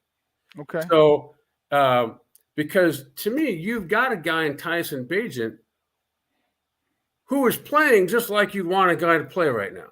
Given if you had everything you want on offense and everything that's building now on defense, that's the quarterback you'd want to have until the next guy is ready. And so it could be the first overall pick. But the point is, to me, you're going to have minimum 2 new starters at some point, whether it's a quarterback and a left tackle, or trade down like you were talking about, get a haul, still get the quarterback you're really eyeing, and bolster your offensive line. And then you still got the rest of the draft, and then you still got free agency. And so there's no doubt you can bolster pretty much any position you want. And, I think, right, Deonta Foreman, he's on a 1-year contract, right? Yes. So, and so is Robert Tonyan. And so there's some holes that are coming up. And Jalen Johnson, of course, in my opinion, needs a new contract. I agree. And it deserves it. And so, I think I hope I just answered your question. I know it's not like exactly who I would take, but there's more football to be played. It's sort of, in my opinion, weird that the season's barely half over and anything that you read or talk about always is about the draft. And and the good teams aren't talking about this right now. No, and so yes, it's sort of interesting to talk about, but there's so much that has to happen the rest of the season that's going to kind of help clear up some of those decisions. Yeah, I couldn't. You know what? That's a perfect. Yeah, I agree. Let's look at this for this option, this scenario. Flus gets fired. His staff gets fired. First and foremost, I need Getsy to go first. You're fired first before he reflus. I'm sorry. All right. Jim Harbaugh might be leaving Michigan. I think he's out personally. Okay. His boy, JJ McCarthy, he's been on JJ since he was in 6th grade. He's going to apply for the NFL draft, enter the NFL draft. He's really got no more ties to Michigan. Okay, cool. The whole science stealing thing, which apparently everybody does. It's all right. I'm out. I'm Pete Carroll 2.0. I'm leaving US. It's like he left USC. I'm leaving Michigan. He comes here. All right. How do you think this franchise, or what do you think he could do to this franchise if he comes here? Okay. Here's one thing that's going to happen. They're going to run the ball 45 times a game. So that's with some awesome formations. With a lot of success. And they're going to have an attitude that you and everyone else here in Chicago is looking for. And so that Jim could be a great fit here or there. And he's had, he's been to Super Bowl. Yes, he has. He knows how to build winners at whatever level he's at. When's the last losing season as a head coach Jim Harbaugh has had? Name the year. I'd have to go back because I don't remember. I don't think there is one. So, and that goes back to the University of San Diego. So, anyway, I think Jim could be a great fit, as could, potentially others. But I think there's got to, at some point, like soon, there's probably going to be a discussion between Jim and whoever's doing that, whether it be Ryan Poles or whoever, Kevin Warren, with the Bears. That's going to happen. Not saying he's going to come, but that conversation is going to happen. Yeah, I think he's a perfect fit. And here's my dream scenario. All right, you bring Roman over as the OC. Cool, that's fine. You don't even have to bring him because Jim will call the plays, and that's fine. But you go holler at Chico because I don't know if Chico's gonna. He just lost yesterday, so I don't know if Chico's gonna stay in Washington. Magic Johnson was upset, so he might get his way. either ask him to come and be the defensive coordinator. Not only he might have a sour taste in his mouth after the Bears, his last stint here with Lovie Smith, and he got fired. And that's okay. I get it. I understand it completely. But you still got who's out, and who's another defensive coordinator who was pretty darn good when he was calling defenses and wasn't a bad head coach. And I think my dream scenario, you bring some former Chicago Bears back to bring the Chicago Bears to prominence. And I think Harbaugh would be the perfect guy because he's already worked with a quarterback who has a skill set of Justin Fields. Yeah. Everyone's talking about, well, you got to pay Justin Fields. You got to pay Justin Fields. Like, no, you don't. He's in his 4th year next year. You can pick up his 5th-year option.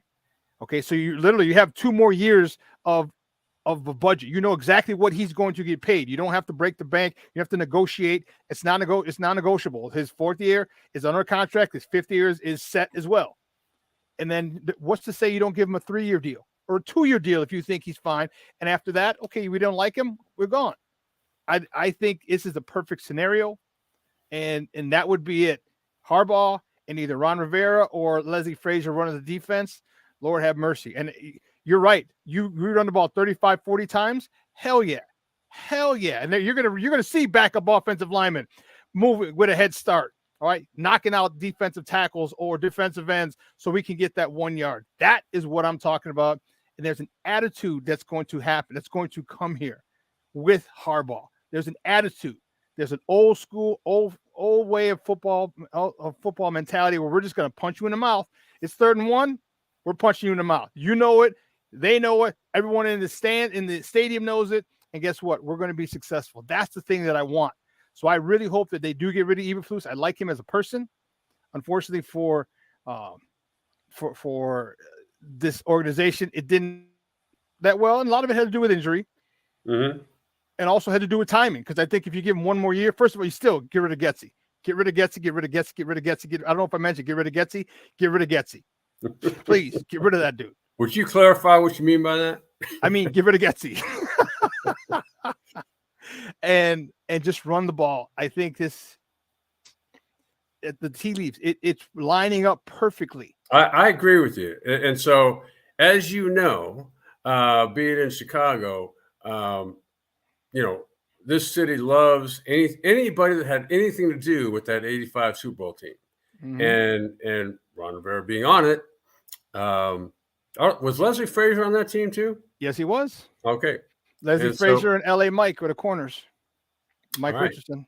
Right. So, I think the combination, Harbaugh being the head coach, whichever of those guys you want, I don't care. It's the defensive coordinator. I love Ron Rivera's story. And he's a cancer survivor. Mm-hmm. And I think he's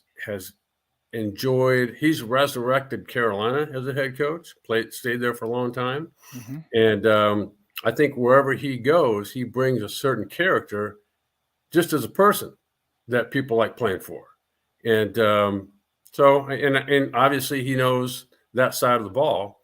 And I think that would be a nice combination, whether it be Ron or Leslie over on defense. I think that'd be a great combination between them and Harbaugh as a head coach.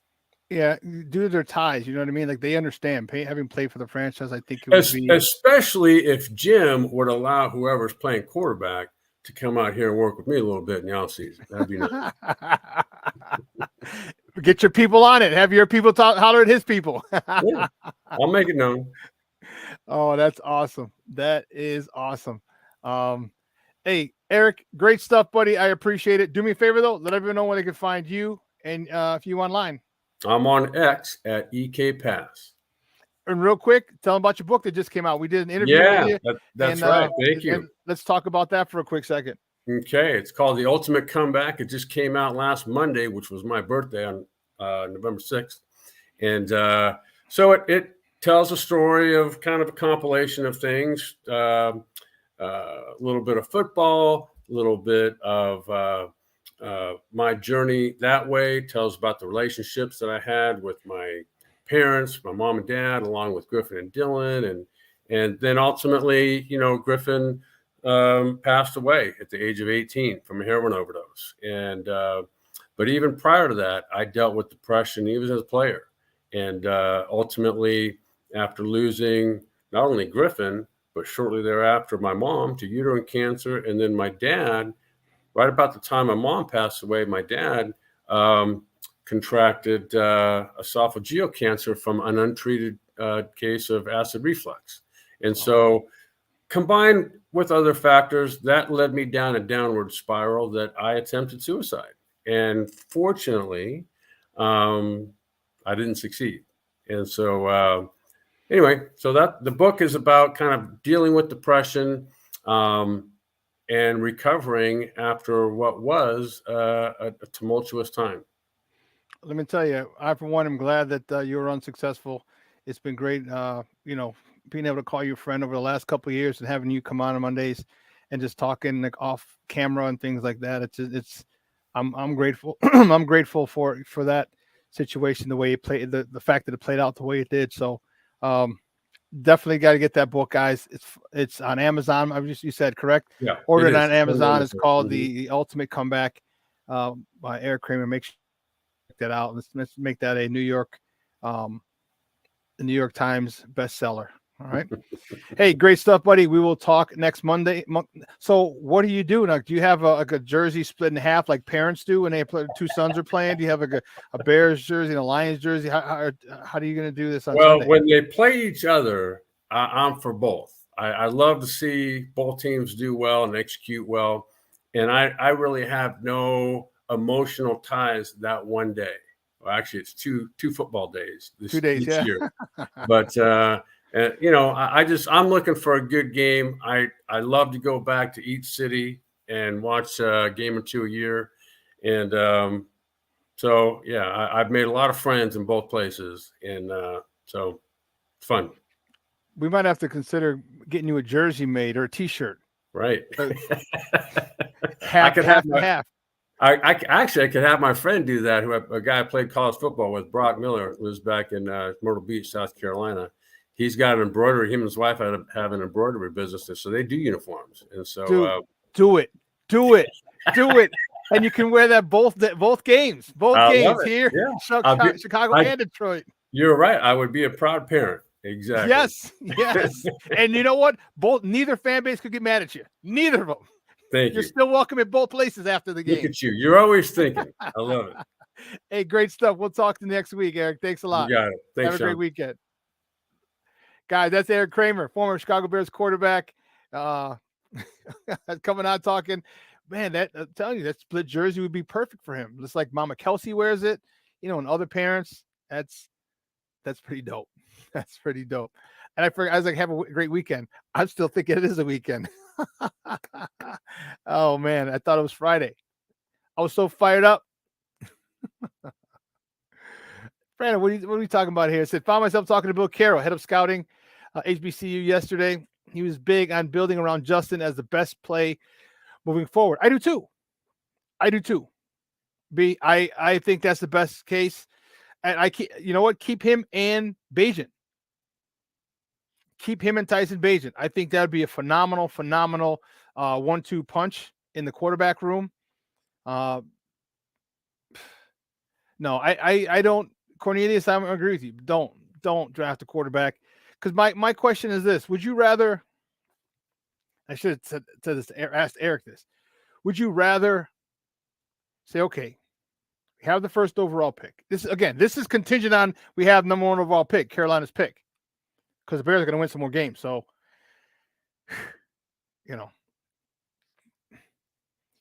would you rather have the number one pick and your quarterback? Or would you rather have the number one pick, trade it, and now we're getting a haul of draft picks and a player? So you can build around Justin. You know what Justin can do. You faced him 2 years in college, right? He beat you both times in college. You faced him. So you want Justin? You want to add an O lineman? You want to add a Marvin Harrison Jr.? Do you want to add another receiver, maybe a center? And not to mention the draft picks we have. We're going to get 2 first-round picks. All right? We're going to get their first round this year, whoever the team is, and we're going to get one next year. And Ryan Poles is probably saying we might ask for a third one. And B, from your lips to God's ears, man. Your keyboard to God's ears, man. I'm telling you. I hope he does. I think the competitor in Justin will do that. I think the competitor in Justin is like, hey, listen, if it's not there on my second read, even third read, because he's gotten better at reading. Boom. One first read, second read, third read. Nope. All right, I'm out. That will destroy teams. That will destroy teams. And that's the one thing that Getsy did. He took the legs away from, he literally chopped them off at the knees. Because had you incorporated more passing and just taken away some running, this situation would have been a lot different. Okay? You don't just go a complete 180. It's exactly what they did with Mitch Trubisky. Exactly. Different regime. Same outcome. Stop running. Stop running. You're going to get hurt. Hey, you can get hurt in the pocket. So when people say that, tell them shut the hell up. You can get hurt in the pocket. You can get hurt, have an offensive lineman fall on your knee, get an ACL. Oh, now you're out for the year. Football's football.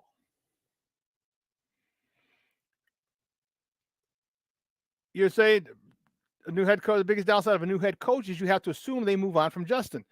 This is true. Well, you don't, because here's the thing with Harbaugh. Harbaugh's already played him twice in college. He knows what he can do. And if he believes in Justin as well, man. And it also buys time for Harbaugh as well, because if Fields doesn't work out under Harbaugh can say, hey, I didn't get my quarterback. Let me get a quarterback down the line. 3 years, you can get a quarterback down the line. So it might be in the best interest for him to keep Justin, because now, just like Ryan Poles, and hey, he's not our guy, Harbaugh can say, well, that's not my guy. I didn't get him when I came in. But he's already, now you don't have to teach. See, here's the thing that you have to learn. Playing in the NFL is, for a rookie, is difficult. You don't understand all the things that are new. All of the new experiences. First, you got to find a place to live. Okay? Then you got to figure out what you can do with the folks. Then you got to find where to go get food. All these little things that you don't think of. All right, what's the best way to get to the facility? Okay?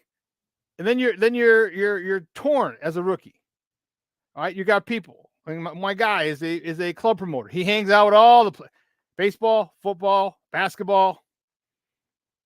He hangs out with all of them. I met Jordan Howard and who was the wide receiver from St. Joe's? He went to the Saints afterwards. Goodness gracious. Cam. I can't think of the wide receiver. Anyway, so there's that. You're in a new city. You may want to enjoy the town. Okay, there's a whole bunch. Justin's already done all that. You don't have to teach him the speed of the game anymore. You don't have to worry about, I need to acclimate him to the speed of the NFL. He's acclimated. He just needs coaching. Everybody talks about Jalen Hurts and all these, and Jalen Hurts got Doug Peterson. Like, you get quarterbacks getting quarterback guys, quarterback coaches. Some of them have been quarterbacks. When you get a guy who can who has the ability to coach a quarterback, develop a quarterback, that's a huge difference. Josh Allen, remember Josh? They wanted his ass. They wanted him his skull, his scalp, I should say, in Buffalo. And Brian Daboll, guess what? Now he's a perennial MVP candidate. He's station every year. And he also got a legit, he walked into a stud. Was it 2 first rounders, 2 second rounders on that offensive line? Yeah.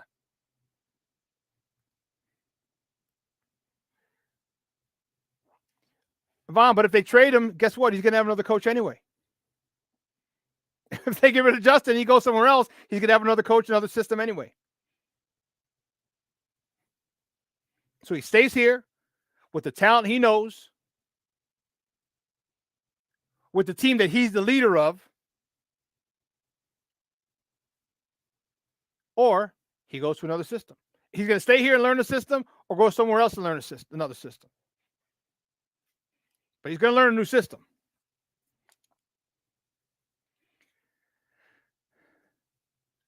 I think this is what they're doing, though, B.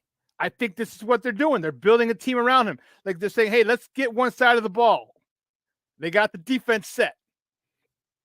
Free agency, draft picks. I think we'd agree that secondary is tight. You just signed Jalen Johnson and you're good. Maybe go draft a safety to replace Eddie Jackson in a year or so. But you won't use that in the first or second round. You can use that in the third round. You got to find a ball hawking safety somewhere in college. Scouting department, go to work.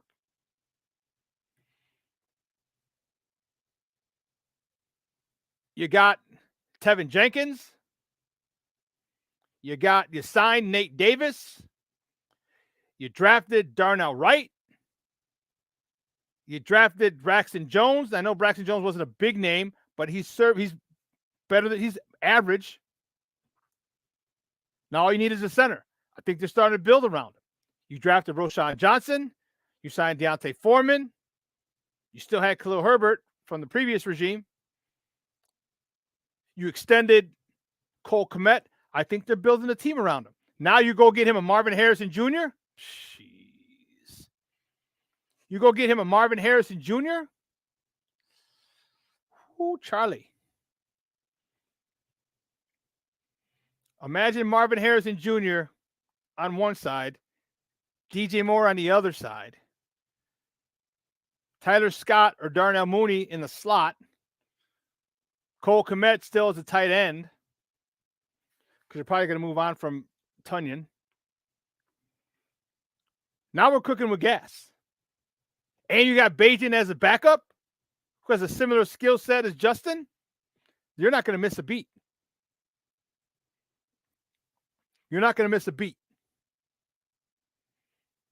So, I do think they're building this team around him now. And I think this is,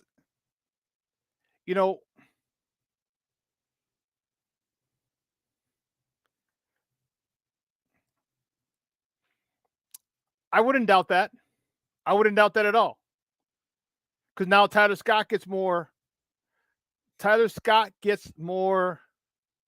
time. And he's on a rookie deal. Because you got to cut the corner somewhere. Salary-wise, you got to cut corners somewhere. Darnell Mooney, do you want to take a team-friendly deal, or do you want to get paid? At this point, you want to get paid. If I were him, I want to get paid. Sorry. It's unless it's not too. But then again, you know what?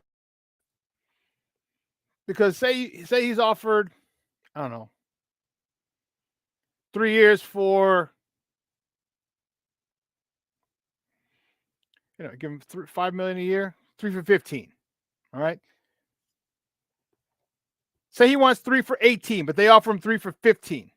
Can you meet somewhere in the middle? Can you know what I mean? Give up. Say, hey, you know what? I like what I've got here. I'm like, I know it's this $3 million gap.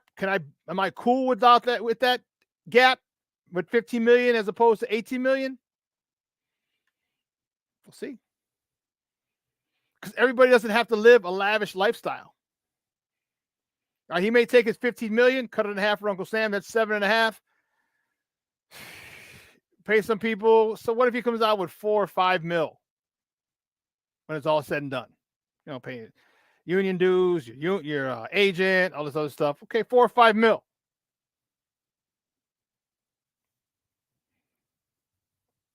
Some people they're simple. They don't ask, they don't want a lot. They don't require a lot to be happy. Other people, so we don't know.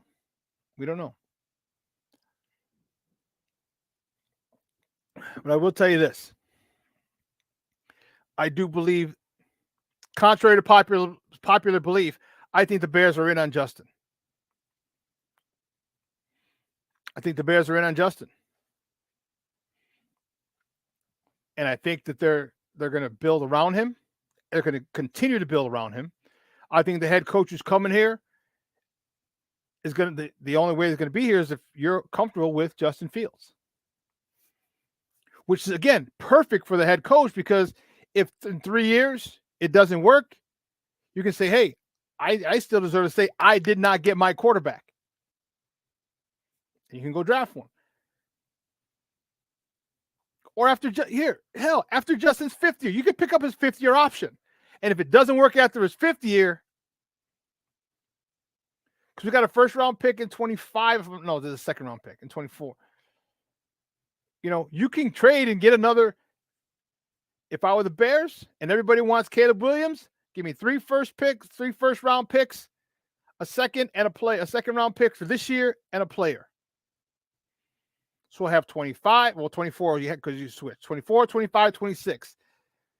24 is going to be Justin's 4th year. 25 is going to be his 5th year.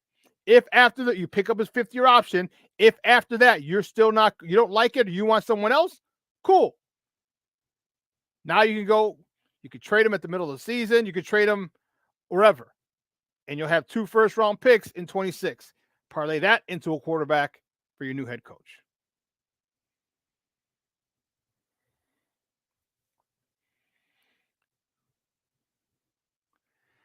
I hear you. But I hear you.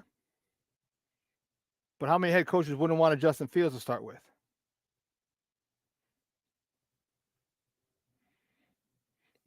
Everybody wants to throw numbers out. All right? Everybody always wants to throw numbers out. And this is what you want numbers, we'll give you numbers. Okay? Here's the last one that I really love. We did this the other day. All right, the Bears have given up 27 and 27-2 and 26-9. So 27 points a game in the last 2 seasons. Okay. In their 14-game losing streak, the Bears have given up 33 points, 33.5 points.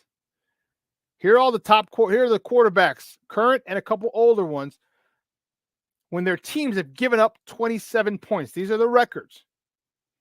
Now, mind you, the Bears gave up 33 points a game in their 14-game losing streak. Only person, look at Josh Allen, 4-11, Burrow, 2-8, Lawrence, 1-13, Aaron Rodgers, 17-45, Goff, start from the bottom, Peyton Manning, 19-55, Joe Montana, 9-23, Tom Brady, the GOAT, Tom Terrific, Wicked Pissa, 23-42. What does that mean? You can't give up 30 points plus points a game.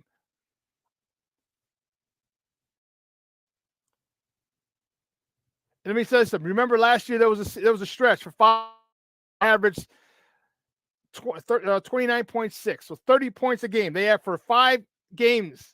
The 5-game stretch, they averaged 30 points a game. You know what the record was? 1-4. You're scoring 30 points a game and you're losing 4 games in a row? And most of them are 1-score games? What does that tell you about the ability of Justin Fields? I hear your thoughts. Best quarters, they can't win. They can't win when you get the only person who has the winning record is Mahomes. That's because he had the cheetah and they can just outscore you. So you can't put it all on Justin. And I hear you,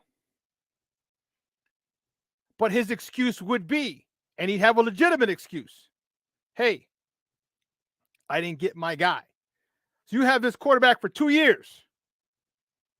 You have Justin for 2 years, year 4 and year 5. Pick up his 5th-year option. It should work at that point. And I'll tell you what, you bring Harbaugh in here, it's working. We're running that ball.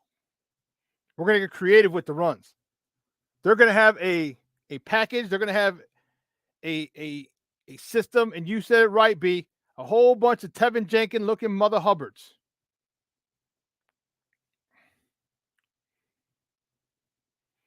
Yes.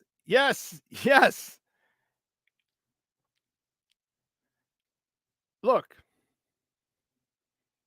that's the question you pose on them.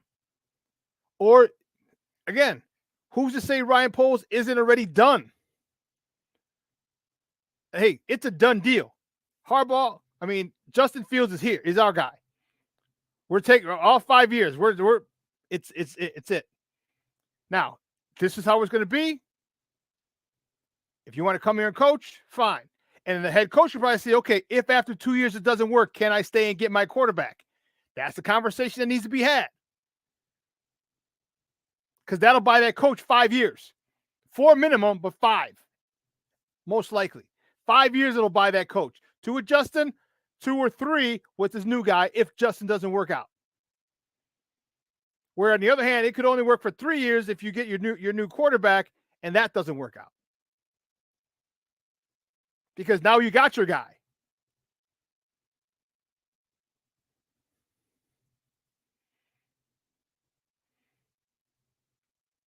This is the combination I would die to see. And don't tell me you're bringing Greg Roman with you too. Don't tell me Harbaugh comes in, he brings Greg Roman and Chico or Leslie Frazier. Don't tell me he does that.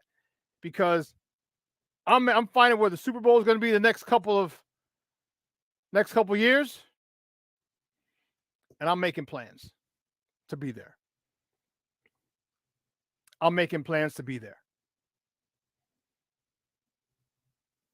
So, Poles, let's go. Get it done.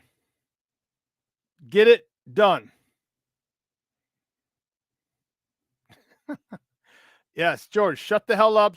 Sit down and shut your mouth. Let Kevin Warren run his team. Ryan Poles run his team. And you know what? He'll get the stadium done. We'll have another Super Bowl going into the stadium. We'll be hosting a Super Bowl. What if the Bears? How crazy would that be? Now I'm just getting redonkulous. How crazy would it be? The Bears win a Super Bowl. We finally get the stadium we want, and the Bears go win another Super Bowl in their stadium. It'll be like Tampa and LA back to back. And remember, it had never been done before. No team had ever won a Super Bowl in their home stadium until Tampa, Tom Terrific, Wicked Pissa did it, and then the Rams did it the following year. And the Bears would be Super Bowl contenders every year. Crazy. Man, listen, 2 hours is come and gone. Man, I want to thank my guest, Erik Kramer, for coming out talking Bears football, baby. Bears Victory Monday. You see my Bears victory chain. I love it. Woo-wee. I want to thank you guys. And Jesus Christ, this chat was lit. Shorty was going nuts. Be Nice, Brandon was going nuts. Junior was going nuts. Cornelius was going nuts. That's what I'm talking about. Vaughn was in the mix as well. That's what I'm talking about, baby. That's why this is the best morning show, Chicago Sports Talk morning show around, because of shit like this. Look at this. Going crazy in this Mother Hubbard. Crazy. That's what I'm talking about. Beautiful, beautiful, beautiful. I love it. I appreciate the love and the support. Man. So listen, enjoy it. Chicagoland. If you're in the area, it's going to be 60 most of the week. It's like Thursday, and it's only going to drop to 50. Whoa, watch out now. Enjoy it. Get out there, get some exercise and take a walk in. I got to go pick up Moms from CrossFit. Remember, she was leaving when I left. She gets done at 11:30. All right, go spend time with your loved ones. All right, tomorrow's not guaranteed. You know that. All right, so guess what? We will see you same bad time, same bad channel on Wednesday, 9 a.m. to 11 Central Time. We're going to replay this today at 4 to 6, right before What's Up, Cuz. 12:15, you're going to have Second City Sports with Lakina McGee and Sydney Brown. They're going to give you 2 more hours of Chicago sports. So, for everybody here at Sports Zone Chicago, guys, I'm your boy, the Superback, Shawn Sierra. You have a wonderful, wonderful day. I got to go. I got to go. Uh-oh. Yeah, I really got to go. All right, I'm out. Deuce it.